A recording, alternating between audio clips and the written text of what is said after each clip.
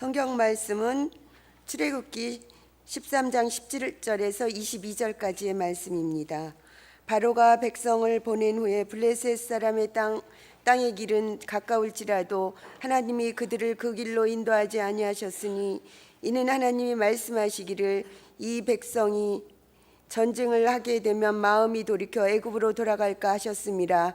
그러므로 하나님이 홍해의 광야길로 돌려 백성을 인도하심에 이스라엘 자손이 애굽 땅에서 대열을 지어 나올 때 모세가 요셉의 유고를 가졌으니 이는 요셉이 이스라엘 자손으로 단단히 맹세하게 하여 이르기를 하나님이 반드시 너희를 찾아오시리니 너희는 내 유고를 여기서 가지고 나가라 하셨음이더라.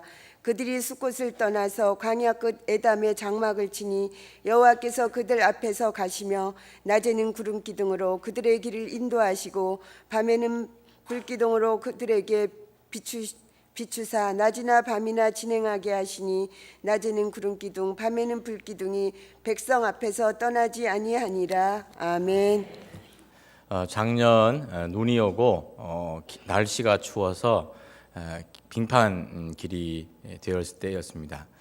제가 이제 밤에 운동을 가려고 집을 나서서 우리 교회 옆에 있는 쪽문을 나섰습니다. 쪽문 옆에 보시면 이제 대창빌라 쪽으로 가는 그런 조그만한 길이 있는데 이제 거기에는 참 그 한 계단의 높이가 상당히 높은 그런 계단이 있습니다.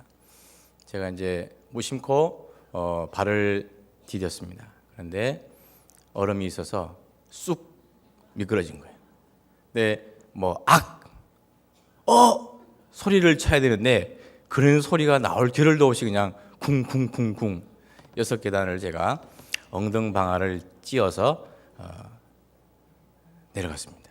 근데 제가 몸이 날렵하고 또 이렇게 운동신경이 뼈나기 때문에 머리를 땅에 찢지 않고 크게 다치지 않고 엉덩이만 이렇게 찢고 엉덩방아만 찧었습니다만은 자칫하면 큰 사고로 날 뻔한 그런 사건이 있었습니다. 그런데 제가 소리도 못 내고 쿵쿵쿵쿵 순식간에 내려가고 가장 바닥에 닿았을 때 벌떡 일어났습니다. 그리고 제가 가장 먼저 한 일이 뭐냐면 주여라고 한 것이 아니고 주위를 둘러봤습니다. 웃으시는 걸 보니까 그 이유도 잘 아실 것 같습니다. 왜냐하면 너무나 부끄러웠기 때문입니다. 조금 더 고급스러운 용어를 쓰면 뭐가 팔릴까 봐.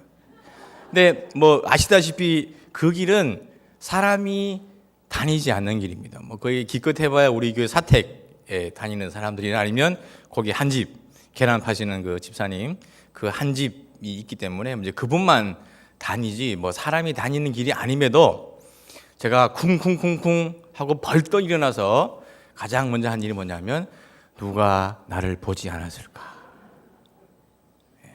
주위를 살펴봤습니다. 그런데 다행히 아무도 없었고 저는 유유히 운동을 하러 갔습니다. 그런데 밝은 데 가서 보니까 제 팔과 제 엉덩이에 흙이 묻어 있었습니다. 그래서 아무튼 그렇게 제가 열심히 운동을 하고 왔다는 그런 얘기입니다. 우리가 살아가는 인생을 때로는 길에다가 비유를 할 때도 있고 또 어떤 때는 물리를 떠다니는 배로 비유할 때도 있습니다. 그런데 요즘 같은 시대 오늘날 우리 한국 사회를 보면 마치 얼음판 위를 걸어가는 것 같기도 합니다.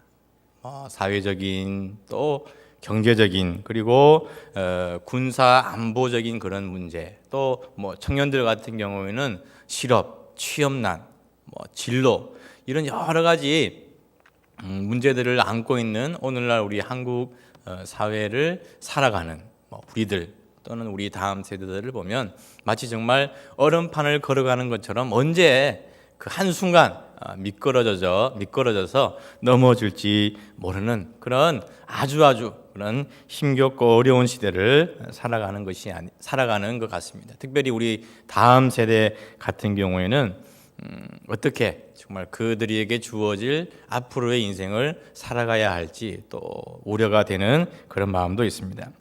오늘 설교의 제목으로 삼은 하나님의 캐리에서 하나님은 뭐 굳이 설명을 안 해도 다 잘 아실 것 같습니다. 그런데 캐리가 뭐냐라고 의구심을 가지시는 분들이 혹시 있을지도 모르겠습니다.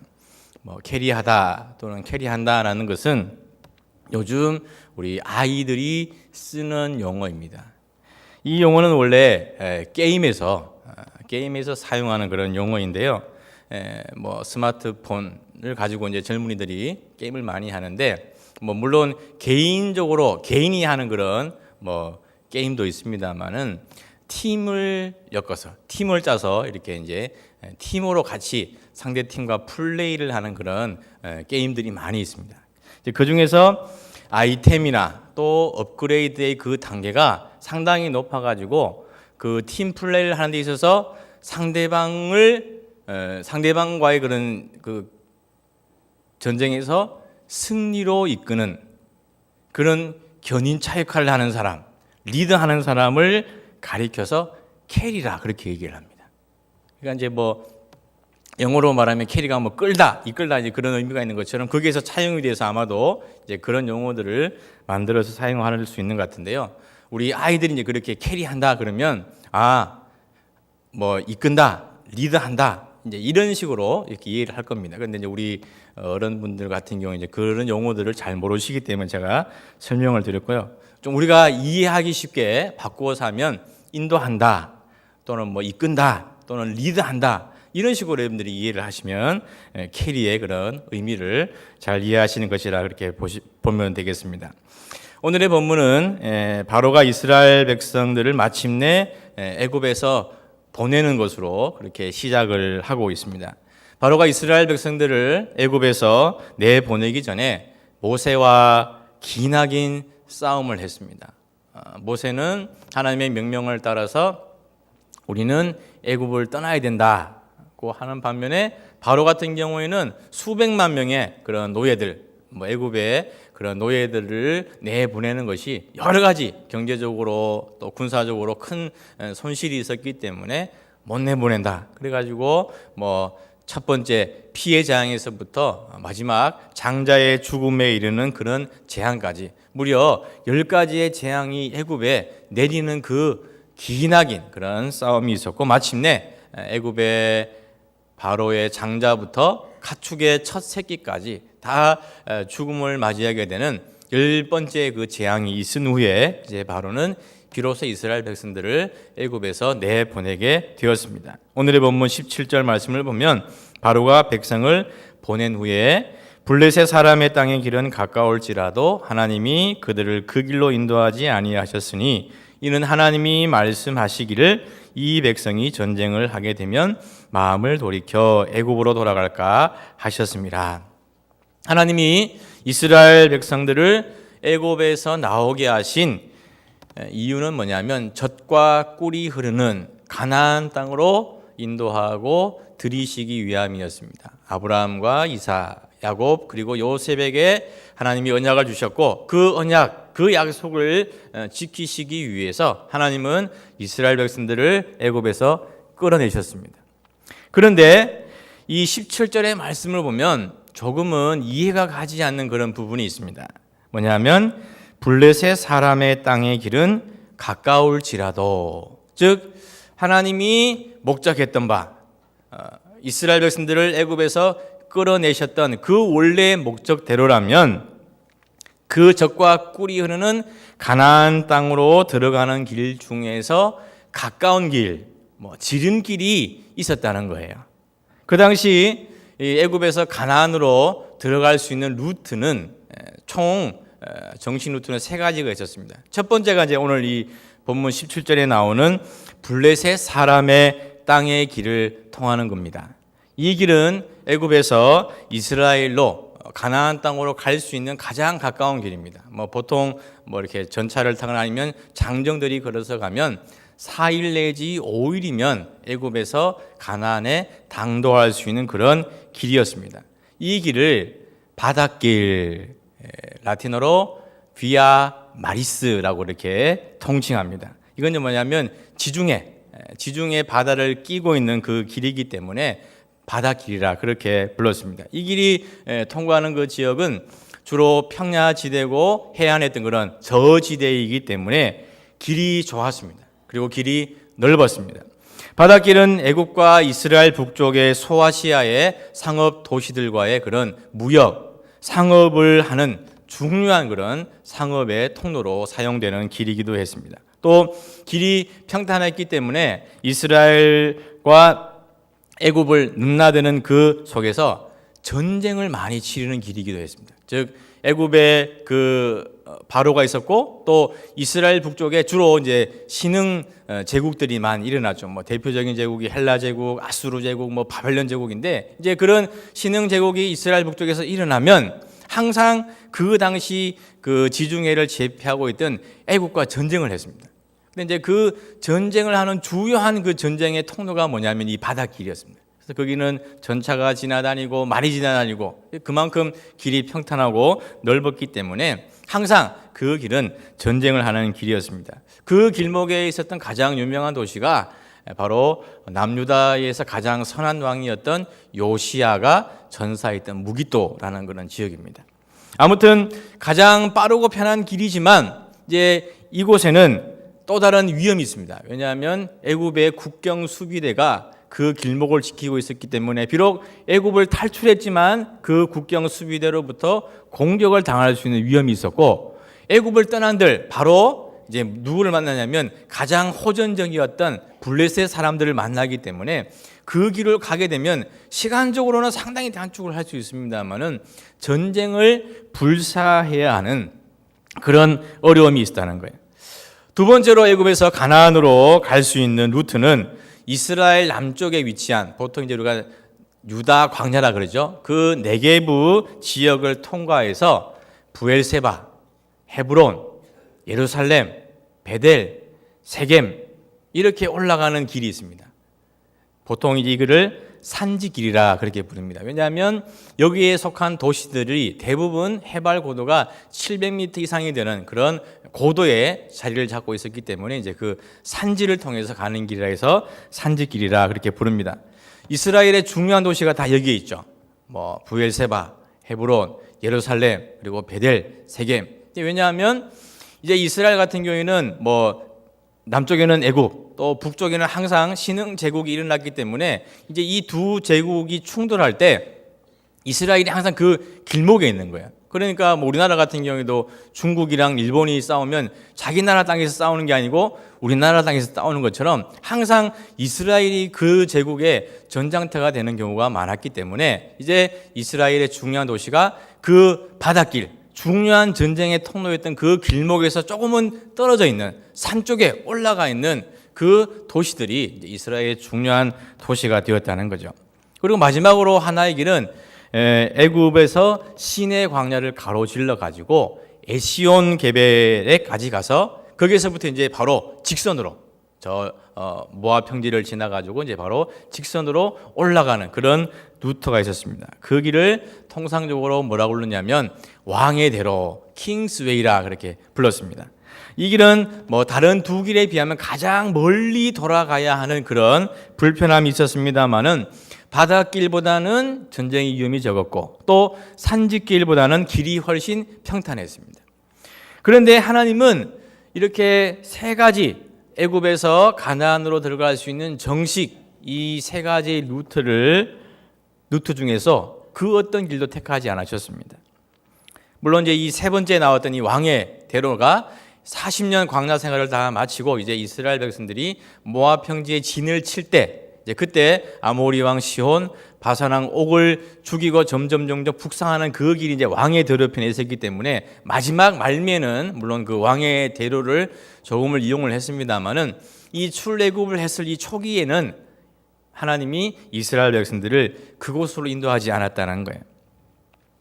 하나님이 이스라엘 백성들을 이끄시고 인도하심에 있어서 정상적인 루트가 아니라 제3의 길을 선택하신 것에 대해서 오늘의 본문 17절에서는 블레셋과의 전쟁이다. 그렇게 말씀을 하고 있습니다. 물론 1차적으로 보면 그것이 정답입니다.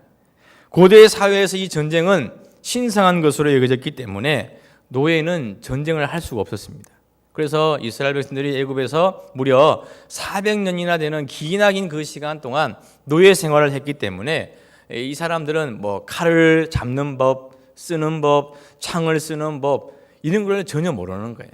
그러니까 뭐 전쟁의 전자도 모르는 이 사람들이 그냥 가나안 땅에 들어가겠다고 막상 가면 애굽의 수비대 또 블레셋을 만나게 되면 뭐 백전백패 불보듯 뻔한 일이기 때문이죠. 그런데 하나님이 이스라엘 백성들을 인도하신 제3의 길은 전혀 의외의 길이었다는 거예요. 바로 광야의 길이었습니다. 18절의 말씀을 보면 그러므로 하나님이 홍해의 광야 길로 돌려 백성을 인도하시매.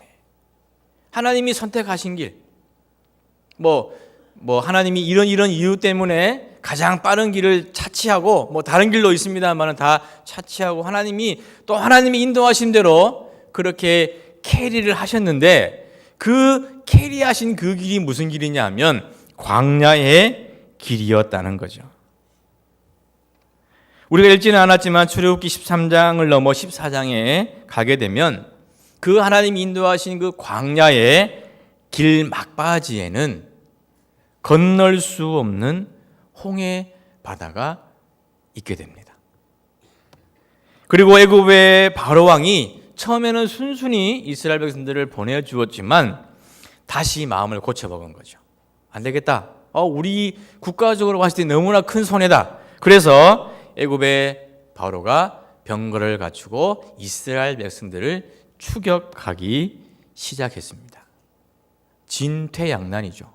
앞에는 홍해 바다가 있고 또 뒤에는 서슬퍼런 애굽의 군사들이 지금 쫓아오고 있는 그런 상황이 되었습니다.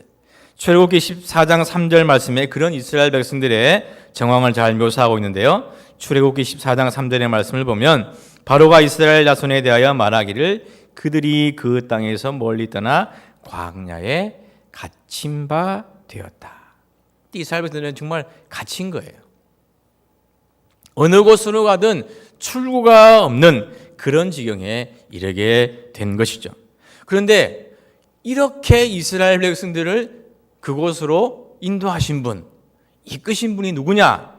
바로 하나님이시라는 거죠. 오늘의 본문 출애굽기 15장 21절 22절의 말씀을 보면 여호와께서 그들 앞에서 가시며 낮에는 구름 기둥으로 그들의 길을 인도하시고 밤에는 불 기둥을 그들에게 비추사 낮이나 밤이나 진행하게 하시니 낮에는 구름 기둥 밤에는 불 기둥이 백성 앞에서 떠나지 아니하니라. 제가 캐리라는 그런 단어의 설명을 잠깐 드렸습니다마는 팀을 승리로 이끌어야 하는 그 캐리처럼 하나님이 이스라엘 백성들을 애굽에서 이끌어내실 때는 분명히 약속하신 그 젖과 꿀이 흐르는 가나안 땅으로 인도하셔야 되었죠. 그런데 오늘 이 본문의 말씀을, 오늘 이 정황을 보면 승리, 구원은커녕 오히려 이스라엘 백성들을 파멸로 하나님이 몰아넣고 있지 않는가, 그런 의문을 자아내게 됩니다. 이런 상황에 이르게 되면 우리는 두 가지 반응을 보낼 수 있습니다. 첫째는 그래도 한번 믿었으니까 한번 끝까지 믿어보자, 그럴 수도 있고요. 또 반대로 텄다, 이제 텄어. 그래서 원망하고 불평할 수 있을 거예요. 이런 상황에서 저와 여러분들은 어떤 모습인가, 어떤 편을 선택할 것인가, 뭐 그런 질문을 저는 하기보다는 다른 편을 한번 묵상해 보았습니다. 우리가 믿음 생활하면서 흔히들 하는 생각이 있습니다. 하나님의 살아계심을 한 번이라도 보여주시면 제가 더 잘 믿겠습니다. 하나님이 정말 저를 사랑하신다는 것을 한 번이라도 저에게 보여주시면 제가 정말 더 믿음 생활 잘 하겠습니다. 뭐 이런 생각을 저만 했는지 아니면 여러분들도 그런 생각을 한 번이라도 해 보시는지 모르겠습니다. 그런데 하나님은 이스라엘 백성들에게 정말 보여주셨습니다. 오늘 우리가 읽은 21절, 22절 말씀 보면 구름 기둥, 불 기둥. 즉 이스라엘 백성들은요, 자기들의 눈으로 직접 하나님의 살아계심의 그 증거를 보았다는 거예요. 하지만 눈으로 볼 수 있는 그러한 명백한 증거가 있음에도 이스라엘 백성들은 우리가 잘 아는 대로 믿음의 길, 신앙의 길을 선택한 것이 아니라 오히려 원망과 불평의 길을 선택을 했다는 거죠. 즉 하나님의 살아계심을 한 번만 보여주시면 제가 더 잘 믿겠습니다. 이런 생각, 이런 태도는 아니라는 거죠. 아니라는 거예요. 즉 하나님의 인도하심을 믿고 따르는 그 믿음, 그 신앙, 그것은요 하나님을 볼 수 있고 하나님을 볼 수 없고에 달려있지 않다는 겁니다. 하나님을 본다고 한들 믿음의 길을 저버릴 수 있고, 또 하나님을 보지 못한다고 하더라도 믿음의 길을 갈 수 있다는 거죠. 하나님을 진정으로 하나님으로 인정하고 고백하는 것은 바로 우리 중심의 문제이지 결코 나타나는 그런 외형적인 것이 아니라는 것을 우리는 이 구름 기둥, 불 기둥의 모습을 통해서도 살펴볼 수 있습니다. 하나님의 임재가 하늘 위에 명명백백하게 이스라엘 백성들에게 보여짐에도 이스라엘 백성들은 그들의 눈높이에서 보이는 땅의 광야만 보았고 당장 눈앞에 펼쳐진 홍해 바다만 보았습니다. 결과는 뻔했습니다. 하나님이 계신 저 하늘이 아니라 땅만 바라보았던 이스라엘 백성들은 원망과 불평을 털어놓기 시작했습니다. 출애굽기 14장 12절의 말씀을 보면 우리가 애굽에서 당신에게 이른 말이 이것이 아니냐, 이르기를 우리를 내버려 두라. 우리가 애굽 사람을 섬길 것이라 하지 아니하더냐. 애굽 사람을 섬기는 것이 광야에서 죽는 것보다 낫겠노라. 경상도 말로 아까면치로 다시 돌아가자는 거예요. 되돌리라는 거예요.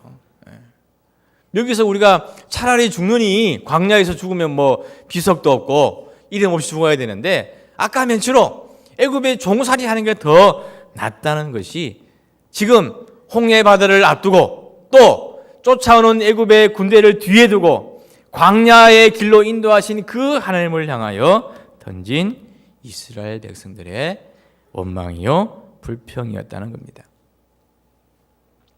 고르디우스라는 이 사람은 소아시아의 한 왕국이었던 프리기아의 왕이었습니다. 어느 날 이 고르디우스가 자신이 타고 있던 전차를 신전에 바치고 아무도 사용하지 못하도록 복잡하고 단단하게 매듭을 지어 묶어두라 명령을 내렸습니다.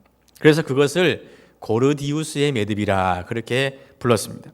그리고 그 매듭에는 저 매듭을 푸는 사람은 아시아를 지배하는 황제가 될 것이다 라는 신탁이 내려졌습니다.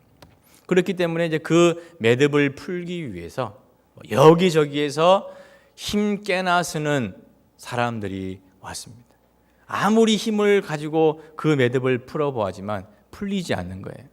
또 지혜로운 사람은 어떻게 하면 그 매듭을 풀 수 있을까 여리저리 연구를 해봐도 그 매듭을 풀 수 있는 기미가 보이지 않는 거예요.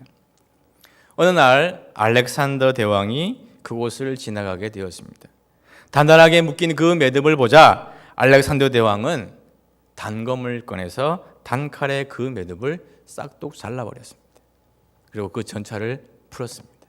그리고 이후에 알렉산더는 여러분들이 잘 아신 대로 인도에까지 이르는 커다란 헬라 제국의 황제가 되었습니다. 누구도 풀 수 없는 고르디우스의 그 매듭을 알렉산더 대왕은 푸는 대신에 끊는 방법을 선택했다는 거죠. 앞에는 건들 수 없는 홍해바다, 뒤에는 서슬퍼런 애굽의 군대, 이런 상황에서 이스라엘 백성들이 할 수 있는 것은 아무것도 없었습니다. 단단한 그 고르디우스의 매듭을 풀지 못했던 것과 마찬가지였습니다. 요즘 우리 아이들이 좋아하는 방탄소년단, 영어로는 BTS라고 그러는데요. 이 방탄소년단의 노래 가운데 로스트라는 노래가 있습니다. 저는 그 노래를 개인적으로 상당히 좋아합니다. 왜냐하면 우리 첫째 딸이 좋아하기 때문에 그렇습니다. 그 로스트의 그 가사 중에 이런 대목이 있습니다. 길을 잃는다는 건 그 길을 찾는 방법. 즉 길을 잃는 거는 바꿔 말하면 그 길을 찾을 수 있는 방법이라는 거예요. 하나님은 사람이 아니시기 때문에 누구도 보지 못하는 바다 가운데 있는 길을 보셨습니다. 그리고 바다를 열어 하나님은 마침내 길을 내셨습니다. 이스라엘 백성들은 앞에 있는 그 홍해 바다만 보았지 그 밑에 숨겨져 있는 하나님이 숨겨놓으신 바다의 길을 보지 못했다는 거예요. 하나님이 사랑하시는 너무나 귀한 교사 여러분, 그리고 믿음의 성도 여러분, 하나님이 우리의 인생을 캐리하시면 바다가 갈라져 육지가 되는 놀라운 역사가 일어나게 될 줄로 믿습니다. 당장 그 길이 광야의 길이요, 막막한 길이요, 절망의 길처럼 보이는 것 같지만 그것이 하나님의 인도하심이요 하나님의 캐리라면 결코 실패하는 법이 없습니다. 하나님은 광야의 길을, 사망의 강을 내시는 새 일을 행하시는 분이 바로 우리가 믿고 우리가 섬기는 하나님이십니다. 저는 우리 교사들이 그 하나님에 대한 온전한 믿음과 온전한 신앙을 가질 수 있기를 간절히 바랍니다. 왜냐하면 여러분들을 통해서 우리 다음 세대가 하나님을 배우고 하나님을 경험하고 하나님을 느끼기 때문입니다. 우리를 이끄시고 인도하시는 그 하나님이 우리 교사들이 기도하고 사랑하는 다음 세대 역시 캐리해 주실 줄로 믿습니다. 그 하나님의 캐리하심, 그 하나님의 인도하심, 그 하나님의 이끄심 따라서 정말 이 한해 우리 교육부와 교사와 어린이, 청소년, 청년들에게 하나님이 예배하신 놀라운 새 일이 일어나게 될 줄로 믿습니다. 우리의 헌신과 우리의 기도를 통해서 그런 놀라운 하나님의 새 일을 경험하는 우리의 귀한 교사들, 또 우리 귀한 믿음의 성도들 되실 있기를 주님의 이름으로 축원을 드립니다.